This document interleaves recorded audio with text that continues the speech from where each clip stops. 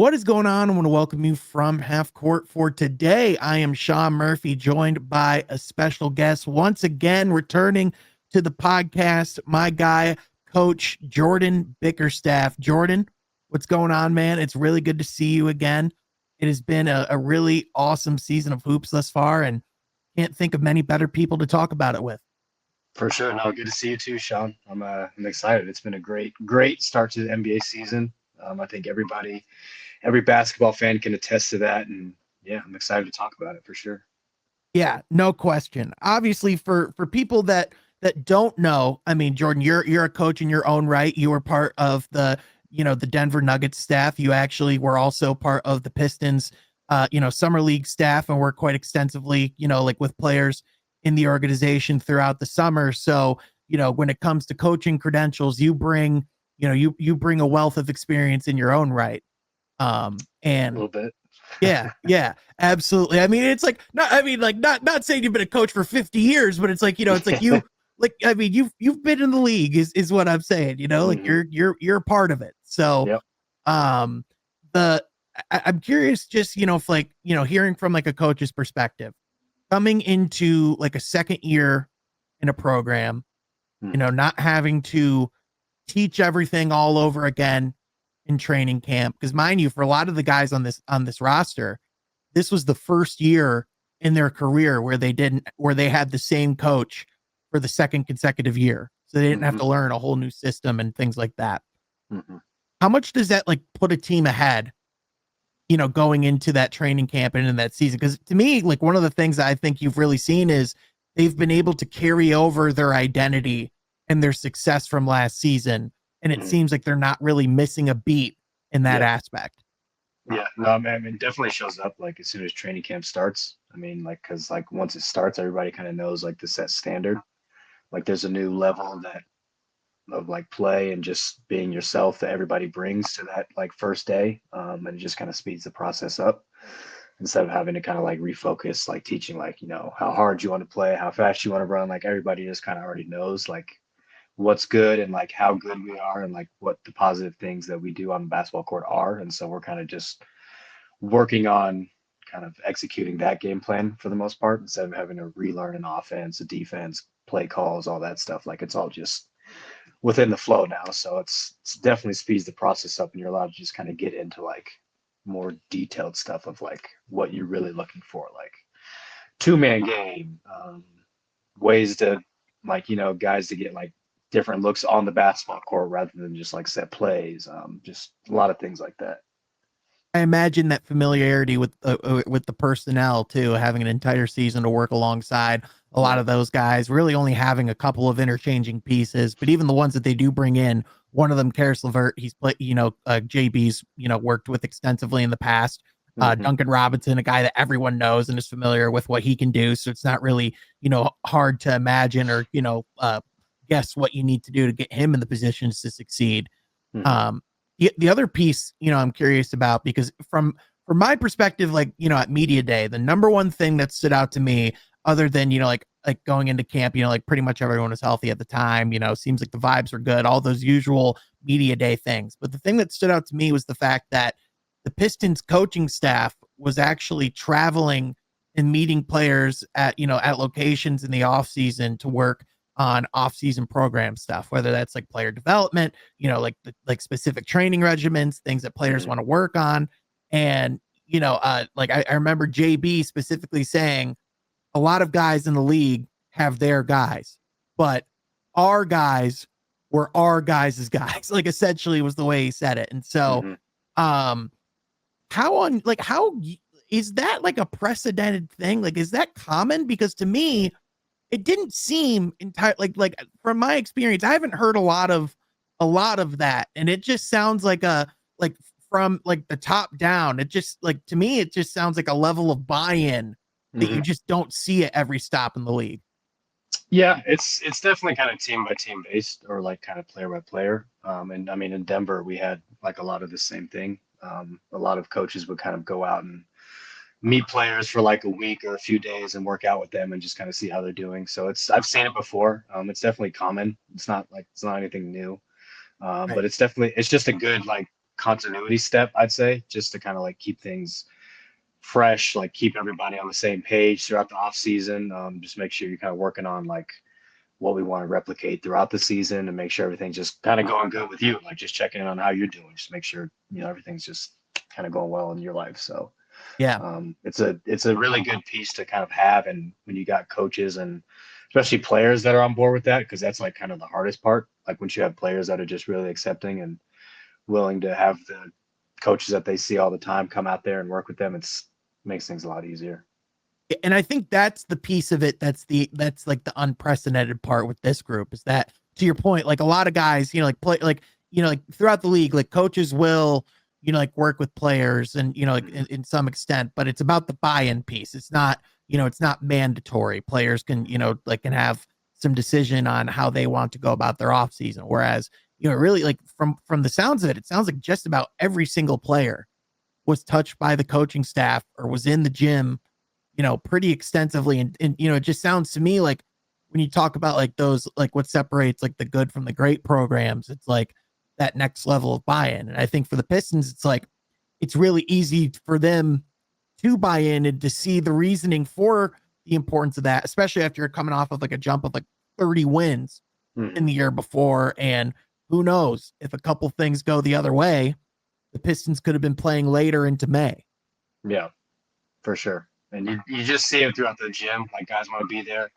Everybody wants to be there. Like everybody's like just happy to kind of be in there working. So and then it shows itself up on the court as we've seen so far this season. So Yeah, no question. And I also just think in part of that continuity, I think you're seeing players really starting to shine and kind of elevating, at least through the first few games or these, first 8 games, they're playing some of their best basketball of their career, and it's starting on the defensive end, which, not really a surprise that's always been the aim. And that's the expectation. I mean, through, again, it's 8 games, but the Pistons are top 3 in defensive rating and are 4th in opposing points per game.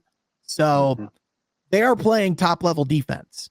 The weakness, I don't really know if weakness has been the right word, but the area of development that the Pistons really need to continue to work at to really reach that true contender status is the offensive side of the ball. And I think over the last couple of games, you've really seen them start to step up their level in those areas. I think you've seen as Jalen Duren has been on the court more, that just opens up a lot of things vertically, but also just takes a lot of pressure off of guys like Cade. What have you seen, offensively from the Pistons and, just as a whole, just like what have kind of been your takeaways from like what you've seen basketball wise? The main thing for me has just been kind of like that next step that we've all kind of like wanted to see from the core guys. I think we've like seen it consistently so far throughout the season. I mean, starting with like JD, like just every night he's been just like a dominant force in the paint and like just setting screens outside. Like his role, his just ability to roll and just be really effective in that has been like super opening, like you said, for this team, just in what they can do offensively. Whether it's him finishing at the rim or even his ability to like pass out of that. We're going to see, I think we'll see a little bit more of that as the season goes on and teams start to kind of key in on him being so effective in the paint. We've seen the growth of Asar Thompson handling the ball, just being a consistent, kind of point per game score overnight and just doing the little things defensively and offensively. Ron Holland, he's been, again, consistent every night. Just he plays like, he's going to play one way, and that's super hard. Like a maniac. Yeah, right. It's as a coach, you can just do nothing but like appreciate it. So you just want to see him out there. Let's see, Cade Cunningham. We've seen his maturation process as well. That next step was kind of like him being a really dominant, like fourth quarter scorer and just kind of closing games for the Pistons. And we've seen that he's been, I think, the league leader in fourth quarter, like scoring this season. So it's been really nice to see that development of his game and kind of just steady increase of what he's done throughout his career. I'm trying to think. The last thing I'd probably say in my notes, Isaiah Stewart. I think I said it earlier, like just his 3-point shooting is going to be a weapon, as well as like what he does night in and night out, just defensively at the rim. I think he's shooting about like 40% on the year from three this year. So Yep. keep that up. It's going to be a real good floor spacer and opener for this offense. So I've seen a lot of good stuff, a lot of progress, a lot of stuff that you just want to see from a team. Yeah. And the fact that, I mean, Isaiah Stewart, like you said, the fact that he's really expanding and is truly polished and honed that 3-point shot to the point where it's become a really reliable weapon for this team. I mean, he's at the top of the list of best 3-point shooters on the team. Like, he's not the very best, but he's in that conversation. And on top of that, like he's also arguably the best rim protector in basketball. I mean, Victor Wembanyama is probably the hardest singular person to score on in the league, but the numbers show like the field goal percentage at the rim is lower against Isaiah Stewart than it is Victor Wembanyama. And he's second in blocks to a Wemby. And the fact he can do that at like what, 6'8", 6'9", like kind of has like the Ben Wallace like defensive instincts, and then the Al Horford stretch four abilities like that. If that's who he becomes consistently, that's just terrifying for the league. Yeah. I mean, Al Horford's like a 15-year plus guy in the league, so you're looking at that kind of sort of definitely prototype for Isaiah Stewart for sure. Yeah, and it's funny because you probably weren't very tuned into the Pistons at this time, but when Isaiah Stewart was signed to his contract, it's like a 4-year, 60, like it's pretty much like the mid-level is what he was signed to. The debate was whether or not he was overpaid. That was the conversation in which it's laughable to look back on, because it's like that's a guy to me where it's like I'm as confident as anyone that is going to finish their career as a Piston if you know Trajan and like everyone in that front office has their way about it, Yeah, no, he's definitely the guy that you want to see in that building as long as you're there and have on your team, for sure. Yeah, and like that, like you said, that contract he's definitely out playing it right now for sure. He's been a key piece to what this Pistons team is doing. Yeah, like Cade might be the franchise, but Isaiah's the heartbeat. And it's just like in Golden State, how Steph is the franchise, but Draymond's kind of the heartbeat. That's why they put up with all the crap. That's why, come hell or high water, Draymond stay in Golden State. Kind of Isaiah Stewart, not nearly that as far as all the other extracurricular things. But I think like with Cade Cunningham, like you said, the fourth quarter scoring, the clutch ability, his ability to like his endurance and his ability to pace himself throughout a game, I think has really shown itself. And on top of that, I think the playmaking has really taken another step too, where his assist numbers have been ridiculous and his turnover rates have been, have gone way down. He had some rough ones at the beginning of the year, but ever since the Cleveland game, he hasn't had more than 3 turnovers in a game, and he's had just about he had double-digit assists in 3 of those 4 games. One of them he had 18, which was his career high. Which that was in the Mexico City game, which, like part of me like makes that like performance from the Pistons like more impressive is like the elevation challenges they had to face. Like I didn't realize how rough it was in Mexico City. I mean, too about the elevation struggles from, like being in Denver and everything. But like even like Mexico City where the Pistons played, it's 2,000 feet above Denver. Yeah. That's insane. Like how like guys looked winded at halftime. I was like, oh man, they like was the travel just rough? Is it jet lag? It's like, oh no, the elevation's awful. Yeah, that's definitely a real thing. Like you can be the best conditioned athlete, and you get 7,000 feet in the air, and you're gonna feel it for sure.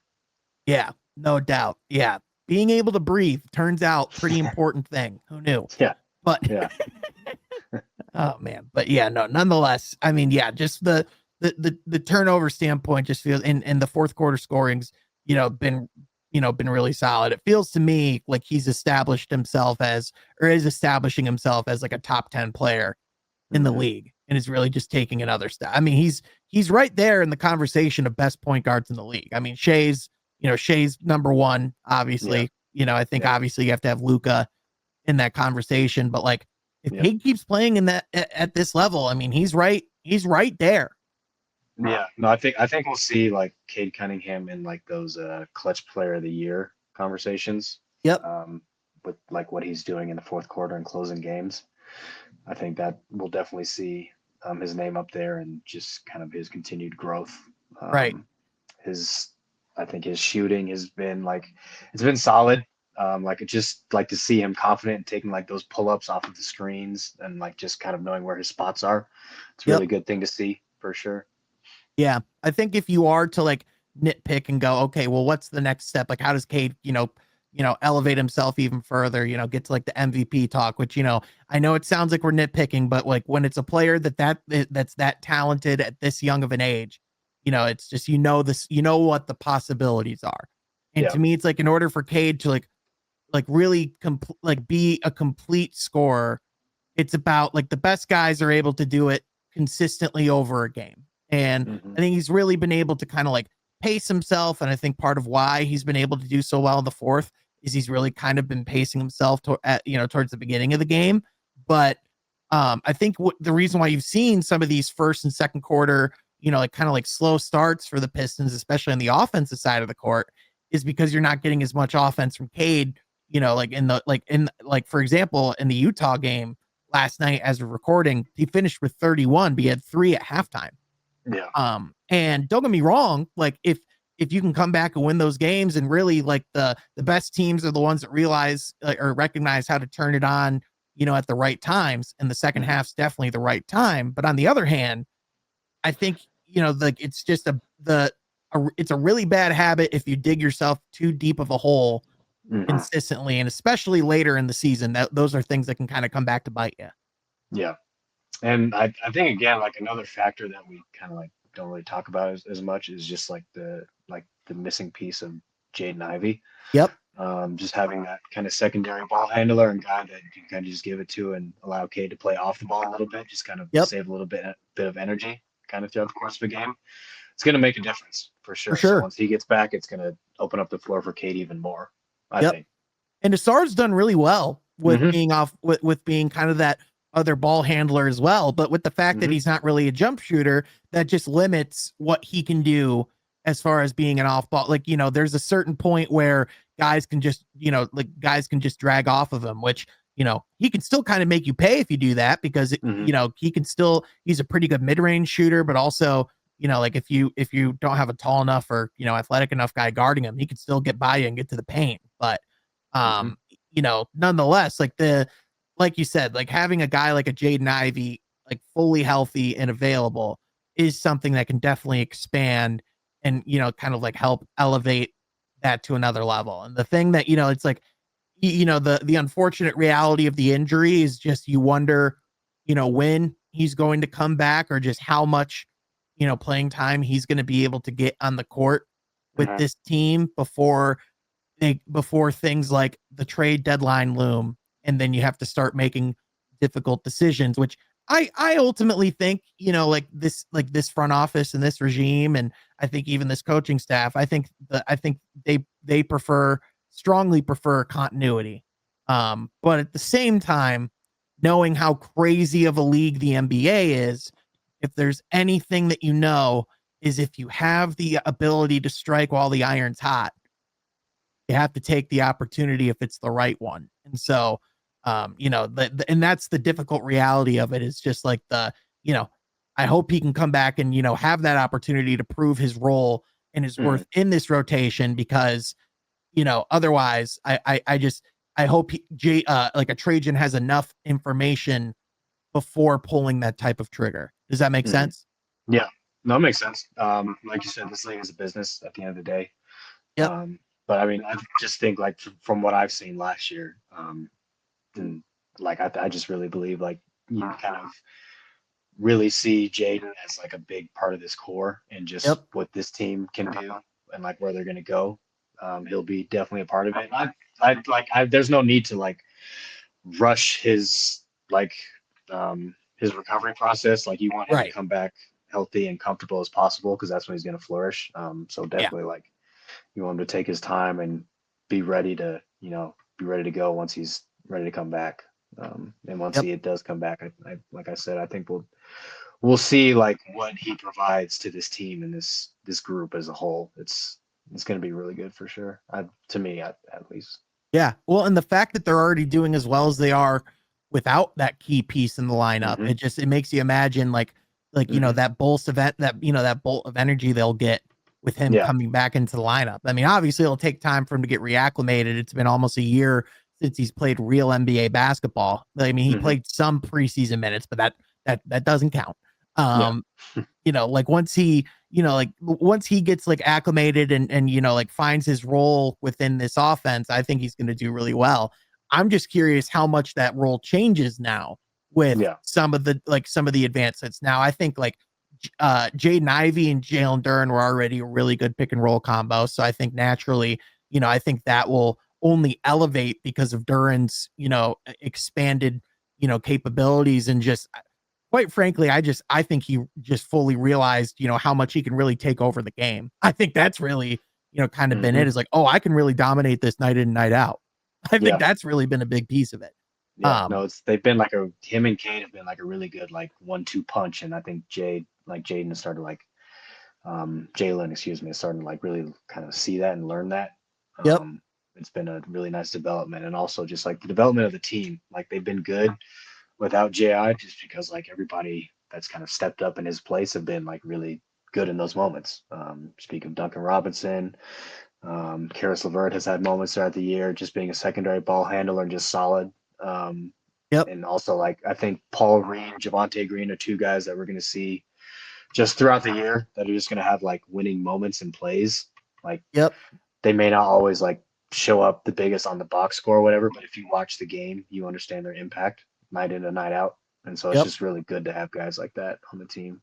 Yeah, no question. Javante Green brings a ton of energy, makes a lot of smart basketball plays, Mm-hmm. but for the love that is all holy, there are like just make some layups, man. There are some times where I just like he doesn't quite make the finish at the rim, or he's right next to the cup and just misses like a bunny layup. Mm-hmm. Everyone has their weaknesses, right? No Mm-hmm. one's It's perfect. early. It's Yeah, early. You exactly. know It's you know early. what to work on. You know what to work on in the gym now. Just you'll stay at it. You're good. Oh, oh yeah, no, 100%, 100%. Just joking there for the most part, but uh, but I mean, Paul Reed though, like I think like he was another guy that people like when he was re-signed this offseason, people were like, well, why did they re-sign him if he's going to be their third big on the in the rotation? And Mm-hmm. look no further in the Houston game. I mean, that literally, if anything, like that almost made his salary this season worth it just off of a performance like that alone. Just Yeah. because when you have someone that's not consistently in the rotation, who doesn't have a constant carved out role night in, night out, who Mm-hmm. can come in and make winning plays and help you win a game, Mm-hmm. especially against an elite offense like Houston, who I don't think they've lost since the Detroit game. Mm-hmm. If they did, it's been one time, but I'm pretty sure Yeah. they haven't. They've been Um, solid.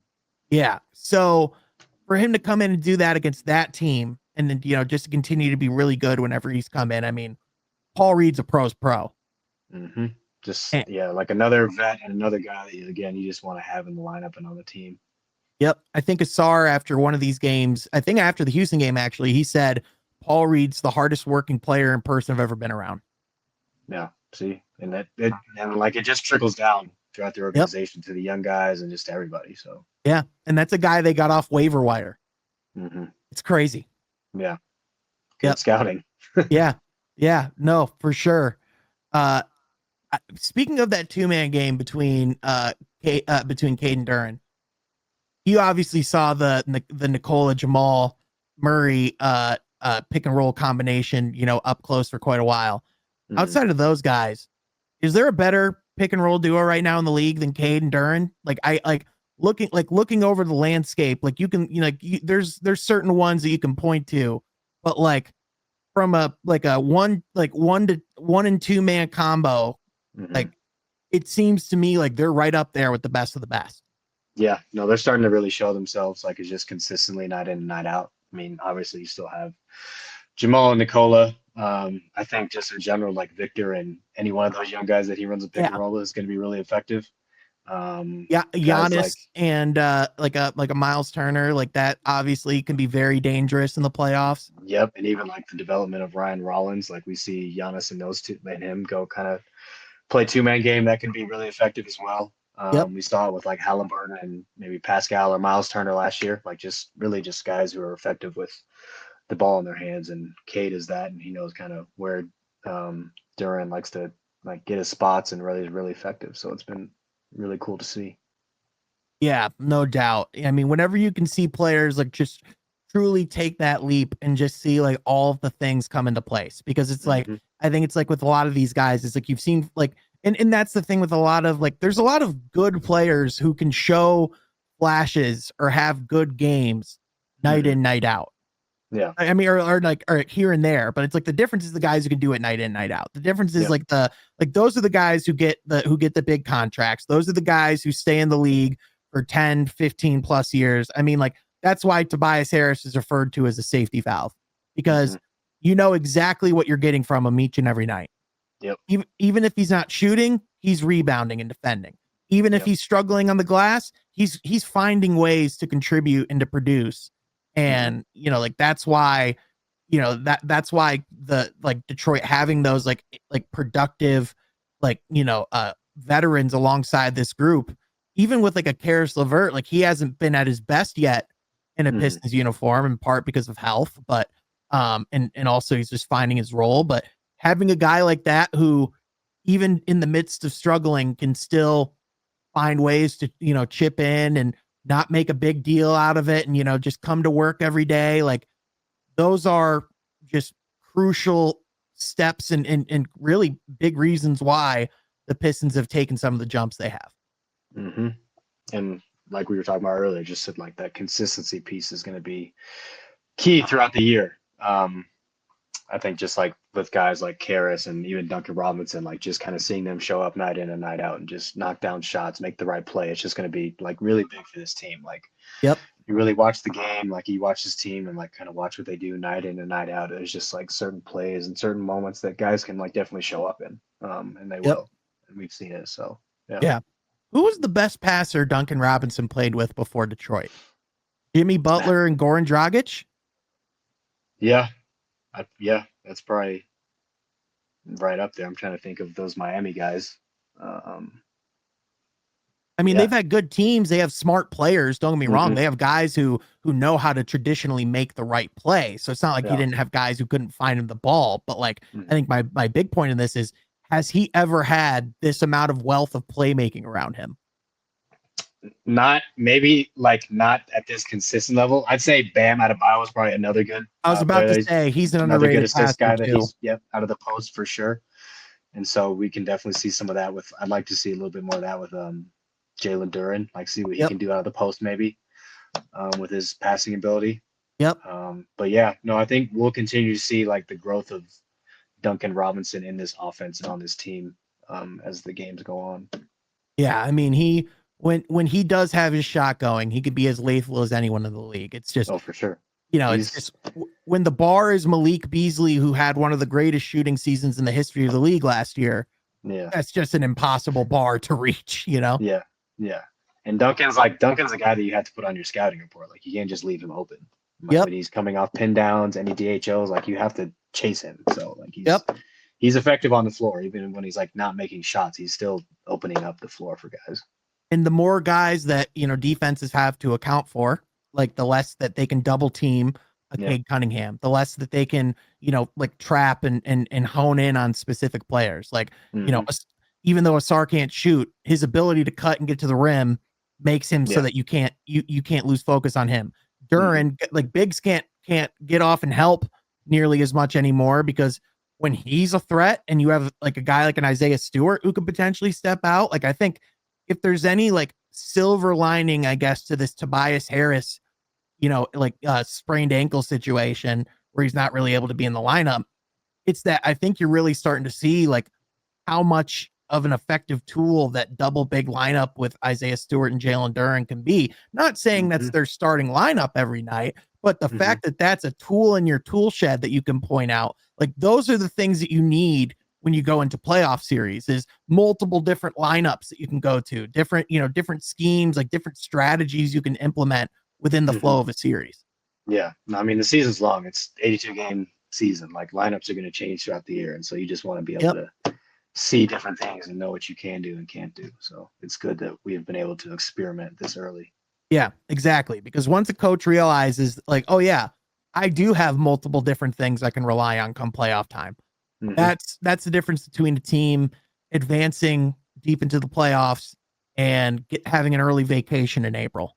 Hmm. So That's just the growth of a young team. You see it as you kind of go on throughout the seasons. Like get to the playoffs, you see what to work on, and you go on the next off season, work on that, and try something new, see if that works, and you just kind of continue that process along. yeah, no doubt. That was a half hour, some really good Pistons conversation right there. I do want to talk. Hmm.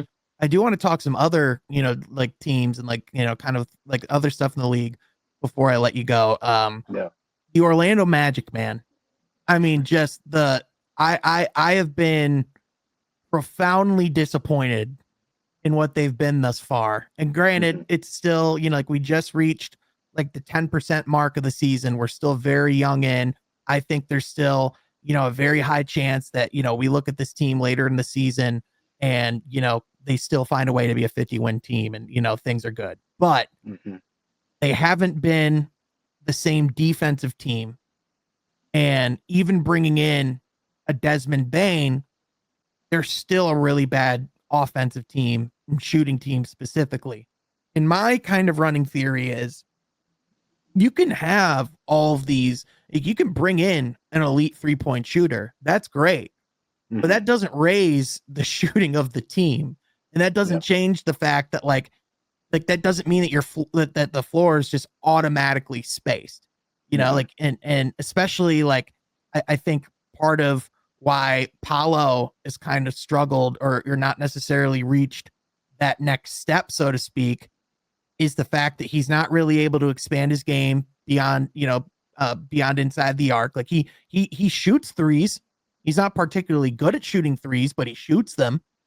And his shot diet as a whole, I think, just can use a little bit of improvement. What have kind of been like what have you seen from Orlando thus far? Because I mean, I know one thing for sure. It's not that like I know people are like pointing towards like the coaching staff. Like they have a really good coach there, man. Hmm. No, they do. I just like when I've watched them, I just don't see a whole lot of like flow. Like it doesn't look like a lot of stuff comes like easy for them. And Yep. that's kind of what you notice with good offenses. Like they just kind of get like their buckets are like within the flow of the offense. And it just kind of seems like when they score, it's just kind of like a lot of like just like isolation ball or like dribble stuff. They're 20th in the league in terms of like points per game and like Yep. 25th in assists per game. So obviously like the efficiency isn't there for them this year. I just think it's just that combination of guys just trying to learn how to play together so far this year. And that Yep. takes time, obviously. Like it can like sometimes like yeah, groups can gel really quickly and sometimes it just takes time. And so I think they just need some time to kind of gel and maybe get like an easier part of the schedule and just kind of like Right. find their offensive rhythm and flow and kind of see what lineups work best for them. Like you said, Paolo's kind of got to find a better shot diet, I'd say, or just like a more consistent one. Yep. And just the kind of that team will go as he goes. Yeah, for sure. I mean, I definitely like. Don't get me wrong. Like he's a very talented offensive player, and I've been very pro Paolo, for a very long Hmm. time, and I still have a lot of confidence in what he can be. But I think just to your point, nothing really is coming easy, and I think some of that's just from the way that he goes about attacking possessions and I think if he did less of, kind of like the isolation, dribbling, got more in the screen game, kind of on both sides of it, if he was willing to, kind of like allow, the offense to have a little bit more structure. I know you want to Hmm. have the ball in your best player's hands and you kind of want to allow them to go to work, but Of course. at the Yeah. same time, you know, in order for a team to reach that rhythm, you do need some set actions or some, known things that you can go to. Like there's a reason why just about every single game, one of the first things the Pistons look to do is get Cade Duren in the pick and roll and the throw lob. Mm-hmm. Come hell or high water, they're doing that one of their first possessions. Mm-hmm. It's just simple, repeatable basketball. Like having that Yeah. dynamic role guy is just something that you can do throughout the course of like 82 games. Like, and you can rely on it. It's something Yeah. that just opens the floor up for like, okay, now I hit the roll guy and now I'm hitting the corner spray or the wing spray and getting shots off of that. So, Yep. It's like when fit hits the Shan, mm-hmm. what's the play you're running that you know will get you a bucket? Mm-hmm. And the problem is when teams don't know that answer. Yep. So I imagine, again, I'm fully confident that the standings are not going to look the same in a month from now as they do Mm-hmm. today. No disrespect to certain teams, but I just don't think we're going to see the Chicago Bulls as the number one team in the Eastern Conference. I You will don't like say, them? though, Josh Giddey has been awesome. Yeah. And They play at like a really fun pace. yep. Like they play up and down basketball. All their guards really push the pace. And like I know we've heard Vooch and like trade rumors, but I don't know if he's going anywhere. Like he kind of fits Yeah. what they're doing right now. So like if they're winning, I'd keep it going. He's having like his best season as a Bull. Yeah, he's balling. Yeah. And I think also the fact that you have Giddey shooting really well from beyond the arc, that allows those guys to get a lot more dangerous in their two-man game. That just changes a lot for their offense. And then, just a guy who I'm just continually really, fascinated by their development, and a guy that if I'm the Bulls, like, I just continue to let this thing cook. Like keep hold on Mataz Buzelis, man. Oh yeah. Don't trade him. Like that's a guy who, like, he has only gotten better and better and better as he's gotten along. And he's only 21 years old. He's a guy that I'm pretty confident by 25, he's going to be an all-star at least once. Oh yeah, and for sure. You see it in like his play, the way he moves out there. He'll be in those. Like I think he's my pick for like most improved, to be honest. He's just a really, really fun watch. I think right now, most improved, I would imagine Ryan Rollins is probably the early favorite just because of some of those breakout performances on national TV. I think Buzelis, as the season goes on, I think he's going to be in that conversation. If Giddey keeps the shooting going, I think he's certainly in that conversation. I wouldn't rule out Isaiah Stewart either, though. I'll say that much just from, all the things he's expanding upon. If he can, truly have that 3-point shot to another level and just keep produce. I mean, there's a couple Pistons, to be honest with you. If Jalen Duren keeps this level of production too, he's literally like almost doubling his production. Yeah, in the same he's a guy in that the like, same amount of minutes. Yeah, we might be talking about him as like an all-star this year or something. Oh or yeah, like in the future for sure. Like if he keeps this up, he's definitely one of the better bigs in the league right now. And I think, like, to be clear, because like whenever, like, I think a lot of times whenever like people listen to podcasts, like they think that like people have agendas, and it's like, yeah, we have agendas to a certain extent, but my agenda is with a Jalen Duren. It is like, I know, like seeing this now, it's like I knew he was capable of this. Like it only took 10 seconds of watching the guy on the court to see, oh, that's just different. Yeah. And you've seen the spurts throughout the years of the dominance, but it's like, you can do this every night. Why don't you? Or it's like, what's the missing element? I think some of it is the game slowing down and the mental aspect of knowing exactly where he needs to be in the flow of the offense to catch the ball at the right time, but also where he needs to be for screens. Like, what the offense needs. Like, I think he's figuring that out a lot more, and he's just catching things a lot more in the flow of the game. But also I think that, just some of that, he was already really big coming in the league. He is ginormous now.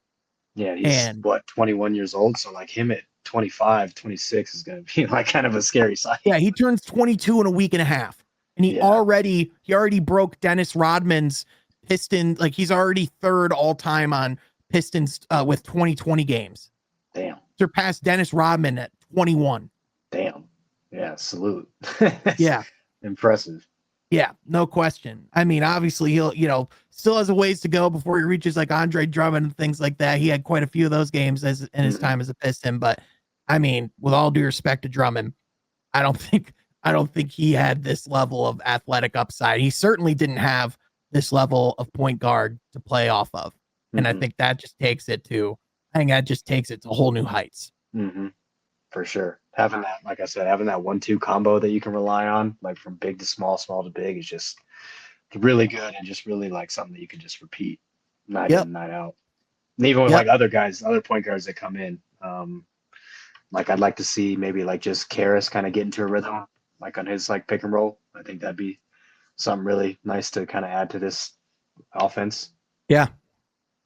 Yeah, no question. I think one of the other teams that's just inherently fascinating with how their season started, and just, I mean, the Lakers are, like, I don't talk about them very often on this podcast unless there's something worth talking about. And I think there's something worth talking about because Luka's looking like the best The he's ever MVP. looked. Yep. Yeah. He's looking as angry and ferocious as he's ever looked on the court. He looks like someone might have pissed him off in the last year. I wonder who might have done that. Yeah. Gee, I wonder. But then really what's taking this team to another height is the fact that Austin Reeves looks like he's becoming a different level of player too. Like he's kind of been that verge, like really good starter, all-star bubble type player. But this is like a 30 plus point a game, high volume, efficient scorer who's averaging as many, if not more assists than Luka right now. Shit. Literally, as like Luka's averaging 9.2 assists per game. Austin Reeves is averaging 9.3. You want to know the crazier part? Reeves is averaging less turnovers. Yeah, he's playing his ass off right now. Uh-huh. He's an all-star. Yep. Hillbilly Kobe is becoming a reality. Yeah. I mean, even like Jake LaRavia averaging like 12 and 5. Yeah. 12, 5, and 3 on like 58% from the field and 44% from 3. Like DeAndre Ayton has decided he cares about basketball again. Yeah, DeAndre Ayton's been a really good piece to have, and then we forget that they're going to add quite possibly one of, if not the greatest player of all time, LeBron James. So like, they're going to be really good. JJ Redick has proven himself right now as a really good coach. And this is, and I never thought in my life I would say this sentence, but it's like, how do they fit LeBron James into this? Like, I mean, obviously it's easy. He's the most plug and play basketball player of all time. Like, they'll figure it out. Oh yeah, he'll definitely figure it out. But it's like, I saw a Lakers reporter tweet, like kind of insinuate something like, could we see LeBron James come off the bench? No. Because I saw a Lakers reporter say LeBron 6th man of the year running coming, and I was like, that better be a joke. Yeah, no, that's a fun narrative to run with, but come on. Right, exactly. I'm like, I know JJ Redick has some cojones, but walking up to a LeBron and saying, hey man, you're 23, you're coming off the bench. Yeah.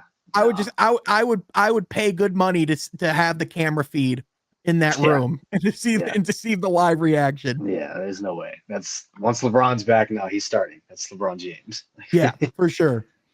Before I let you go, I do want to ask, are there any other teams, any other players or storylines, things that we haven't talked about that have stood out to you? Like things that that have been fun to watch, or things that you're just keeping an eyeball on?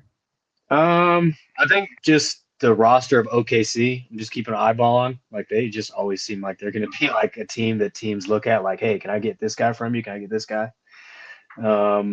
They're just always a fun watch. The Spurs, just kind of like just their growth process, I've been really interested in. Wemby's kind of like starting to figure out that like he's got to do this like night in and night out. And it's not an easy task to be the best player on the face of the league. So I think just watching that growth from him is going to be super fun to see this year. I'm trying to think. Speaking on that real quick, by the way, I think that I think we have the potential with San Antonio and Oklahoma City to see one of the greatest Western Conference rivalries of all time. If things go the way they should, over the Mm-hmm. next half decade to 10 years. Like Mm-hmm. you said, with OKC's longevity, but also Wemby fully arriving as one of, if not the best player in the world. Mm-hmm. Chet and Wemby already don't like each other.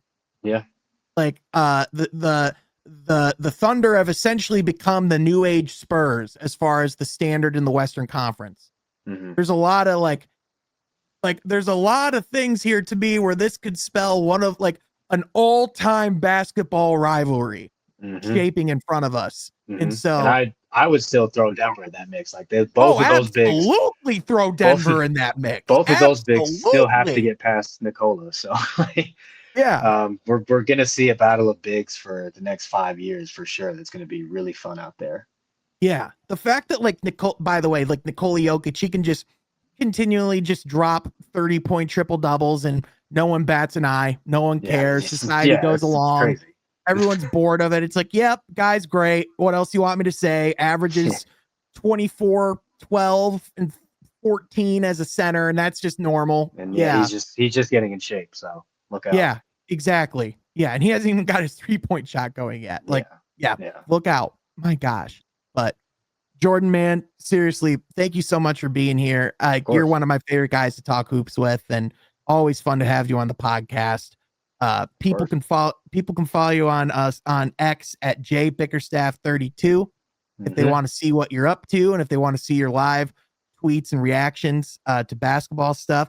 If you also want to see some live tweets of Welcome to Derry, I'm starting to watch through the It movies again. By the way, man, I know I don't have to watch It 2 before watching Welcome to Derry, but I wouldn't feel right if you know what I'm saying? Exactly. So, get in the mood, get in the spirit. So I've been chipping away at the first It again, and my gosh, I forgot some of how awesome that movie was. Man, yeah, it's so good. But classic. Yeah. Oh, absolutely. But appreciate you as always, man. And thank you so much to everyone who tuned in. If you like this episode, be sure you like and subscribe. And thank you for listening. We'll catch you guys next time from Half Court.